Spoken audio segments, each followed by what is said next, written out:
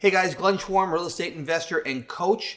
I want to talk to you today about how to fund your real estate deals. And we put on a home flipping workshop. It's a 3-day event that goes over all the ways you can become a real estate investor, everything you can do. Matter of fact, if you want to, I'll put a little box right here. If you want to go check that out, you certainly can go do that. During the workshop, we cover 14 different ways to fund your real estate deals without using your own money. Today, I want to cover 3 of those in detail with you. Matter of fact, they're my 3 favorite.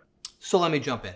Obviously, funding your real estate deal is really important, but before you can fund your real estate deal, you have to have a real estate deal to fund. So if you have not watched previous videos, please go check out my video right here where I talk about the 10 Ds of motivated sellers and how you can find an off-market deal. So go check that out. The first one I want to talk about is how Amber and I have fueled our flipping business for the past 16 years and 1,000 deals without using our own money, and it's private lending. Now, private lending is when an individual lends you money on that property. You might say to yourself, I don't know anybody with money. And I would argue with you that you know a lot of people with money. They just don't talk about it. So it's your job to educate people on how they can be an investor for you.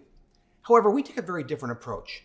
15 years ago, we had to come up with money because we were blocked out of the market by the 2008 banking crisis and the housing crisis.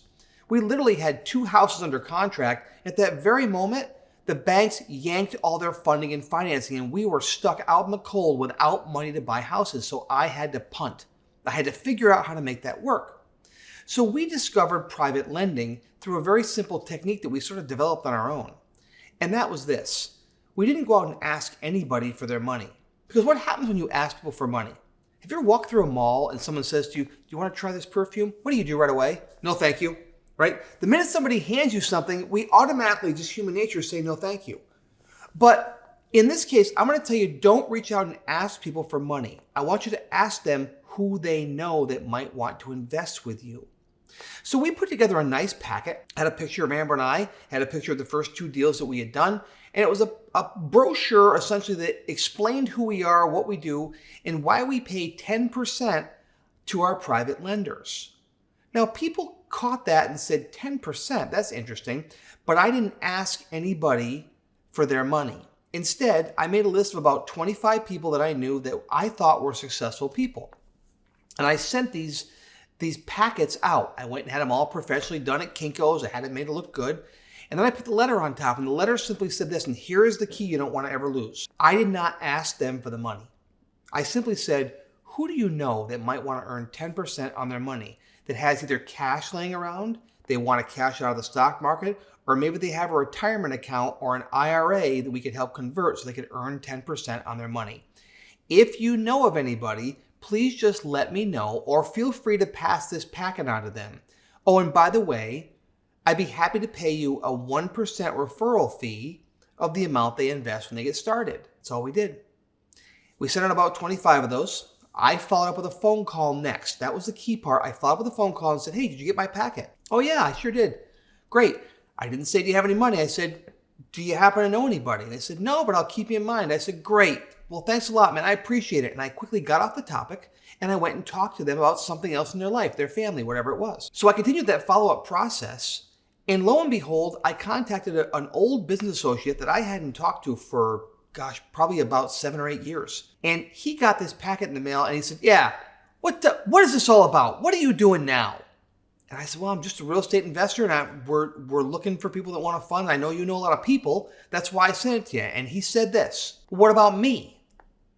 You see, I didn't ask him directly, right? And he came at me and said, what about me? And I said, well, I don't know. Is that something you've considered? I happened to have caught him at a moment in time where he had cashed out of the stock market. It was during a recession time. He was scared. He had $800,000 invested in the market. And when the market started to crash and went to 400, he cashed out of fear. And he had to find some place to put that $400,000. Guess who he put it with? Me. And that started my investor journey. He introduced me to more of his friends. And then that led me to more people and more people. And Amber and I built a $5 million private lender base that we use to this day to fund our real estate investment deals. So finding private money is one of the keys that will set you free as a real estate investor. Because when you have access to money on a regular basis, life just becomes easier. Literally, I don't fill an application out. They don't do a credit check. All we do is say, here's the address that I have, and they wire the money to my account because I built a relationship with them. And that's the easiest way to fund your deals. It takes a little bit of time to build in the beginning, but if you build it right the way I just taught you, I promise you'll be wildly successful as a real estate investor when you don't have to worry about, hey, if I win this bid, is the money there? Because you know the money's already there with a private investor. So it's pretty awesome. All right, the second way you can fund your deal is through subject to financing. Subject to financing is pretty unique. It allows you to take over ownership of a property subject to any liens or tenancies on the property.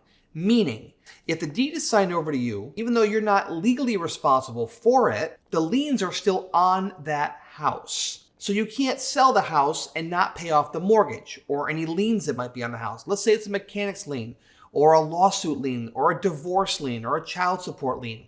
Those liens are on the house. You can find those out by going to your local county courthouse and look for those, or call your local title company. You may have to pay a fee and find out what liens are already on the property. My advice right here is to always do a title search to make sure you know what you're getting yourself into. Ideally, the only lien on the property is the actual mortgage at the bank. You can then have that house sent over to you, and then as long as you keep paying that mortgage, you are 99.9% guaranteed to be fully okay with that. There is a line in every mortgage called the due on sale clause. The due on sale clause says that if this title on this property that we've loaned money on changes hands without our written permission, the bank has the right to call that note due in full.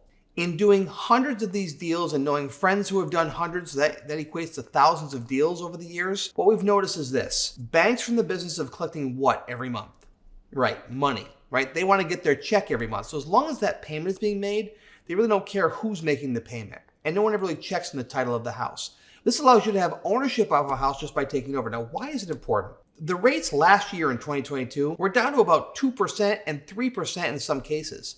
So a lot of homeowners, over 70% of homeowners right now, have a very low interest rate mortgage. If you were able to take over somebody's payment in a subject to financing situation, do you know that you would take over the 2 or 3% payment and that would now be yours? You'll baffle other investors by saying, wait a minute, I don't understand. I'm paying 7 or 8% for my property. You're only paying 3%? It's because you bought it subject to and you continue with the existing financing on the property. There's a little more to this. There's paperwork that has to be done. You have to work with your local attorney or your local title company to make it happen, but it's a very common practice. If you want to learn more about this and get some questions answered, by all means, come check out our home flipping workshop. It's a 3-day live, very interactive workshop where we cover all that and can answer all your questions right there. Hey, before I tell you number 3, do me a favor. If you're finding this information valuable and you're saying to yourself, man, this is great stuff, like and subscribe, and always leave comments and questions below so we know what questions we can answer for you. Okay, now let's talk about the third way you can fund your deals without using any of your own money or any of your own credit. Have you noticed that so far? The third way is called joint venturing. Joint venturing is a very clever way that you can actually partner with the seller and sell that house without ever actually owning the house. Amber and I did this on our third flip a long time ago, and it's been an amazing way to fund real estate deals and make maximum profit. Now, you can partner with a seller. Let's say a seller has a house they want to sell for $150,000 and you really don't want to pay that. You want to pay more like $130,000. But you start looking at the cost of your money and what it might cost, and you say to yourself, you know what? Maybe I'll partner with the seller. So you go to the seller and say, Mr. Seller, I would like to give you the $150,000, but this house needs $30,000 worth of repairs that you don't have. So I'll tell you what, let's do a partnership. I'll give you your $150,000 as soon as we sell this house. Matter of fact, I'll do all the work. I'll take over the house. I'll even make the utility payments. All I ask you to do is keep making the mortgage payments, keep making the tax payments if you have any, and I'll give you your $150,000 as soon as we close on this house. And in our agreement, I'm going to keep the rest because I'm going to invest $30,000 in this deal to fix it up. Now what you do is you sign that agreement. You actually never take ownership of the house. There is certain paperwork you have to have in place to protect yourself on this, and you don't want to do it with just any seller. You want to make sure you partner with the right sellers to do this so that nobody gets burned. What you then do is this. You go to your title company or your attorney's office and get the right paperwork in place. Make sure that the seller is moved out of the house before you do this. Then you go in with your money or your credit cards or however you decide to fund the $30,000. make the repairs necessary. In your agreement, you have language that says that you are the one who's going to sign for that property. You're going to sell that property. You're going to take care of the real estate agent, the listing, everything. You're going to even pay all those fees. At the end of the day, the original seller never has to actually go to the closing because you've taken control of that piece of property. And with that, you can partner with the seller. Let's say you put $30,000 in that house. Now you turn around and sell that house for $250,000. At the closing table, the seller will get the $150,000. You'll get $100,000 less any fees and whatnot that you take out of there. You take back the $30,000 that you invested to make the repairs in the house, and you get to keep the difference. In that case, it'd be somewhere around $50,000 or $60,000. So just by partnering with the seller, you never have to put any money out of your own pocket to make that purchase. And if you know how to fund the renovations with a credit card, you literally can do that entire deal without ever owning that piece of property. Why is that good? Here's a bonus segment I'm going to tell you right now. In today's climate, in 2023, the preferred buyers are coming in with FHA and government-backed loans. FHA has a program called seasoning. The seasoning of a property, they say, listen, we don't want to give you money until you've owned that property for 91 days. So if you were to buy that house and turn around and want to flip that house, and you were done in 30 days with renovations, you couldn't sell that house for 91 days on the market. So it's really important because in a JV deal, you never actually own the property. The original seller still owns it, so there's no seasoning. You know what else is great? The end buyer doesn't know it was a flip property because the ownership has been with the original seller the entire time. So they won't ask for extra things they'd like to ask for from flippers sometimes. So there's a lot of benefits to buying with a joint venture agreement. Hey, if you're enjoying these videos and you're finding value as a real estate investor or potential real estate investor, how would you like to spend 3 full days with Amber and I? We put together a home flipping workshop that we have several times a year that goes over in depth how you can go from nothing to being a successful real estate investor, including how to start up, how to set the right entity, how to do more funding, how to go over how to find off-market deals, how to manage contractors, what paperwork you should use, and so much more.